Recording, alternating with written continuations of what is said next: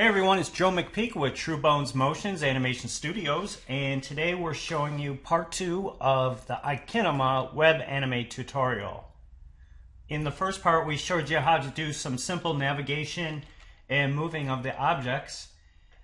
In this tutorial we're going to show you how to create an automatic rig and basically how it compares to Motion Builder's feature. Ikinema sports retargeting tasks, and you can create animation on top of motion capture quite easily.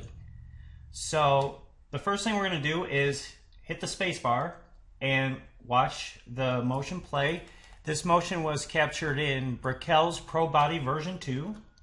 We're going to extend the animation to 1220 frames. And now we're going to explain the different types of animation rigs when you create a rig on this. So basically all you have to do is select it. I prefer to start it at the beginning and press this button here, which is ACP, Auto Clean Pipeline, because if it's an animated mocap file it probably needs to be cleaned up a little bit, and that's something new that Motion Builder simply doesn't do. So when I press play now, you'll see two skeletons. One's being affected and one's not being affected. And basically what Ikinema did was it created two invisible skeletons. One is for regular FK movement. That's just movement without any tasks. Like if you chose the shoulder and was to rotate it, that's called regular FK. And I could create a keyframe right there if I wanted.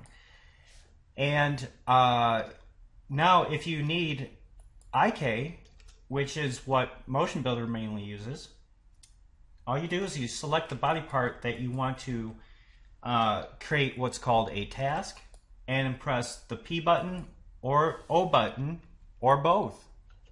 So I'm going to put P and O on the toes, and I'm going to create what's called a minimum set of tasks just by selecting the body part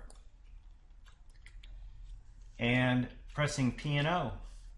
So I do that mainly because it will then enact the whole Ikinema solver throughout the whole body, and that's what I want because it makes the motion really nice and natural. But it doesn't take away from the detail of the original animation.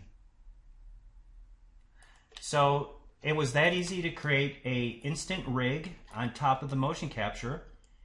And now if I wanted to, if I select any of these tasks that I created, I could either rotate or move and set a keyframe on top of the motion capture.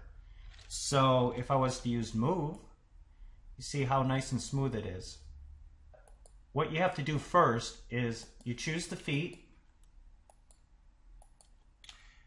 and you press these two buttons, and then you do it on the heel as well. And those two buttons are for sliding compensation and penetration of the floor. So that'll make his stance really nice and solid, and the world coordinates of those feet will be much better, as you see. Now what you see here is two skeletons. One's blue and one's yellow, and the blue is the original, the yellow is the affected in real time. So all there is to do here is to raise the floor. So just choose any bone, come over to the solver tab, and make your adjustments. One to the floor, it could just use a value of 2. The filter frequency, I'll put on 44. And I'll check the sliding page in and out, and it looks pretty good. Feet look really solid. I think this is better than iPie because, number one, there was no processing. This captured the full body in real time. It captured the shoulders rolling. It captured the twisting of the arms, and it even captured the hand gestures. And that was without any controllers. So it's quite an advantage over iPie. This real-time motion capture system. It's called Brickel Pro Body version 2. and it just works wonderfully inside iKinema. So here you'll see a really good walk cycle.